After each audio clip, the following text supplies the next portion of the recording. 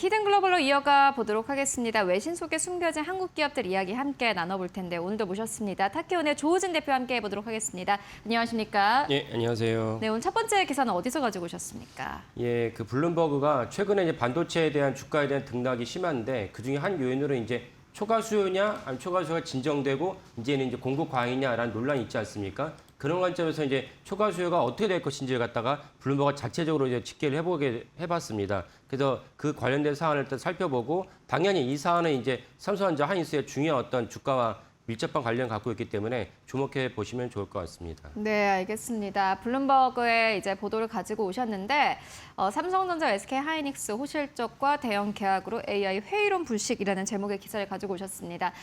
그렇다면 이 기사에는 어떠한 내용이 담겨져 있습니까? 예.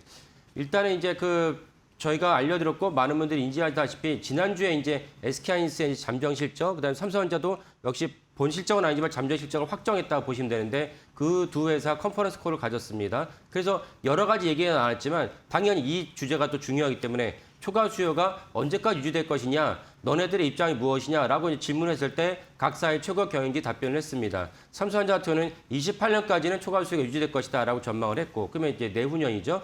SK하이닉스는 이제 지속적으로 어떤 입장이냐면 2030년까지는 초과 수요가 유지될 것 같다라고 입장을 밝혔고, 거기에 이제 제가 추가로 덧붙인 건 무엇이냐면 2030년 이후에도 엔비디아와 SK하이닉스의 밀접한 관련을 봤을 때 엔비디아가 요구하는 메모리를 다 충당하려고 해도 초과 수요는 SK하이닉스 입장은 초과 수요가 유지될 것 같다. 2030년 이후에도 그것이 제 입장이었습니다. 이런 맥락에서 초과 수요 유지되는데 여기에 이제 블룸버그가 자체적으로 한번 이 초과 수요가 밀접한 영향을 끼치는 이 램에 대한 시장의 전체적인 추이를 갖다가 차트로 보여줬습니다. 무슨 말이냐면 지금 화면을 보시는 많은 분들이 노트북이나 사무실에서 데스크탑 PC를 쓰고 있을 때 그때 이제 데스크탑 PC 같은 경우는 노트북보다 더 많은 이제 램을 쓰게 되는데 예전 같은 이제 램을 갖다가 최고 사양의 데스크탑 PC 같은 경우는 약 한 이제 32기가바이트의 램을 썼습니다. 그런데 이 점점점 엔비디아의 어떤 그 칩이 출시되면서 엔비디아 칩이 출시됐던 건 이제 H백, B백, 블랙엘, 호퍼 이런 식으로 그다음에 이제 최근에 가장 형성된 칩 같은 경우는 이제 루빈이죠. 루빈 같은 경우 이제 램이 얼마나 쓰는지를 갖다가 블룸버그가 장기가 결국 이런 통계를 갖다가 쭉 집계를 해서 보여준 것인데 이런 전망치를 차트로 봤을 때 이 루빈 같은 경우는 이제 필요한 엔비디아 루빈의 칩 하나 필요한 램이 얼마냐? 288GB라는 것입니다. 그러면 아까 말씀드린 하이엔드 최고 사양의 PC 같은 경우가 32GB인데 루빈 하나의 칩이 필요한 이제 램이 얼마냐? 288GB니까 정확하게 9배가 늘어납니다. 그러다 보니까 전 세계적으로 이제 초과 메모리 수요가 발생할 수밖에 없다. 왜냐하면 이렇게 엄청난 메모리 수요가 발생하면은 그에 상해서 다른 일반 범용 램을 갖다 줄일 수밖에 없으니까 이런 것들에 대해서 초과 수요가 유지되는 것이고 만약에 엔비디아의 기술 혁신이 멈춘다면 그런 초과 수요를 일으킨 램에 대한 수요가 없어지겠지만 엔비디아가 그런 회사도 아니고 많은 분들이 아시다시피 젠슨을 보면 세계 최고의 CEO 아닙니까? 세계 최고의 CEO라는 것이 시총을 갖다가 5조 달러를 갖다가 넘어섰다는 것뿐만 아니라 엄청나게 동해 번쩍 서해 번쩍 알래스카에 갔다가 전용기를 타고 베이징에 갔다가 언제 하면 우리나라에 왔다가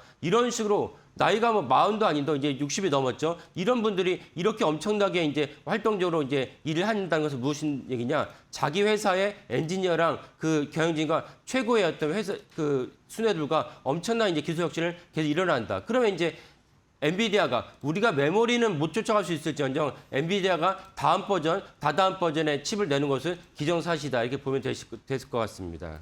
네, 알겠습니다. 그러면은 키워드 바로 열어보도록 하겠습니다. 이번에 키워드는요, 진짜 슈퍼사이클은이라는 키워드입니다. 결국에는 뭐 장기 공급 계약, 장기 계약에 대한 좀 이슈가 있는 것 같은데 결국에는 LTA를 지금 주목을 하고 있죠. 예. 그래서 또 다른 이슈 중 하나 무엇이냐면 그래 알겠어. 엔비디아가 일으킨 엄청난 초과 수요가 엔비디아가 계속적으로 칩을 내놓는다면 예전에 많은 분들이 기억하시겠지만 인텔이 286, 386, 486, 586 내놓을 때마다 1년 단위로 내놨거든요. 그럴 때마다 우리가 피부에 느끼는 엄청난 인텔의 CPU를 구매할 수밖에 없는 그런 혁신을 갖다 느꼈습니다. 그에 못지않게 엔비디아가 아까 말씀드렸다시피 하퍼, H, 그다음에 블랙알 P, 그다음에 루빈으로 넘어가는 이런 것들을 계속 칩을 내놓는 것을 멈추지 않는다면 그러면 초과 수요도 계속 일어난다. 거기까지 이해가 되는데 그다음에 더 중요한 것이 무엇이냐. 이제는 초과 수요 때문에 기본의 기존의 중요한 고객사들이 예전에는 월 단위로 분기 단위로 마이크론과 하이닉스랑 삼성전자 와서 메모리를 받아가는데 이러기에는 너무나도 불안하니까 이제는 3년에서 5년 단위로 메모리 계약을 체결한 것이 LTA입니다. 이 LTA가 일으킨 또 다른 변화가 무엇이냐? 이 때문에 예전에는 이제 삼성전자나 하이닉스랑 할 거 없이 다 메모리 수요가 18개월 단위로 폭등했다가 18개월 단위로 꺼집니다.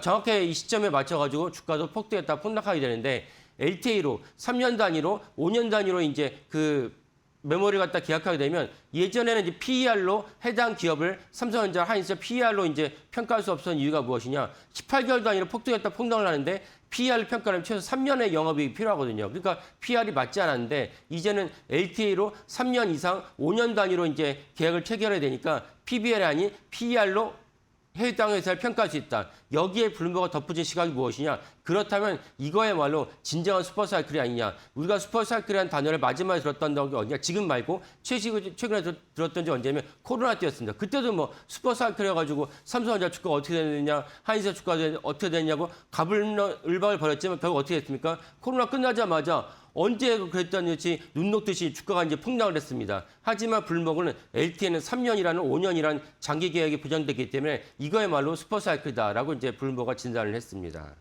네. 그러면 주가 반응을 좀 보죠. 지난주 금요일 시장에서 SK하이닉스가 상한가를 기록했습니다. 이게 참 어떻게 보면은 좀 비이성적이다, 과열이다라고 생각이 들 법하고 또 제자리를 찾아가는 과정이다라는 생각도 듭니다.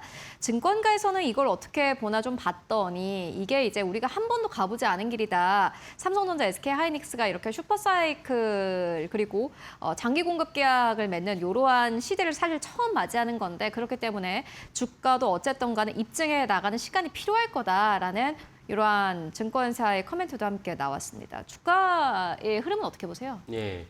그 지난주부터 목요일부터 나왔던 중요한 단어 중 하나 무엇이면 디레버리징입니다. 그러면 디레버리징은 레버리징을 없앤다는 뜻인 거죠. 그 레버리징이 무엇이냐?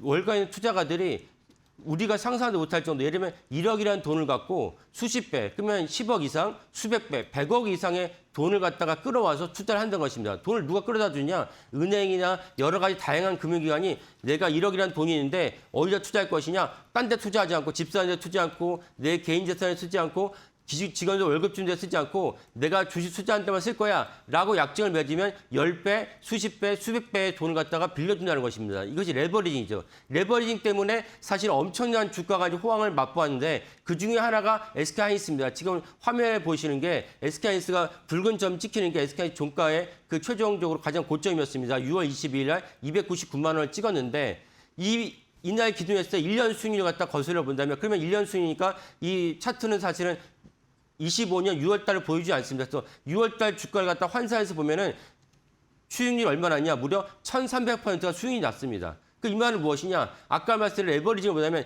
1억을 갖고 투자를 하신 분들은 만약에 10배 레버리징 끌어왔으면 10억이죠. 10억이 갖다 1,300%가 넘었으니까 엄청난 숫자의 수익률 갖다 기록하게 됐습니다. 그럼 어떻게 됩니까? 내가 더 이상 이제 욕심을 부리는 것은 과욕이다. 그래서 누군가가 점점적으로 자기가 갖고 있던 SK하이닉스나 마이크론, 삼성전자의 주가를 던지기 시작합니다. 6월 달부터 던지기 시작해가지고 했던 것이 절정 이룬 것이 지난주 이제 목요일 금요일 했던 것입니다. 왜? 누군가는 계속 주식을 던지는데 누군가는 아니야 더 갈 거야 라고 주식을 던지지 않고 갖고 있는 기업 입장에서 어떻게 했냐 내가 갖고 있는 자산이 점점 쪼그라듭니다. 쪼그라들다가 결국은 이 자산을 갖다가 빌려주게 만드는 금융기관이나 다른 곳에서 야 네가 갖고 있는 자산이 무엇인지 알고 있는데 SK하이닉스랑 삼성 주가가 쪼그라들었잖아. 그러면 네 주가를 갖다가 내가 더 이상 믿을 수 없으니까 너의 자산을 믿을 수 없으니까 나는 너 자산을 갖다가 강제 청산하겠어. 이것이 대표적으로 지난주에 금요일에 벌였던 SA의 청산이었습니다. 이 때문에 사실은 디레버리징이 끝났다라고 인식을 하면서 주가가 폭등한 것입니다.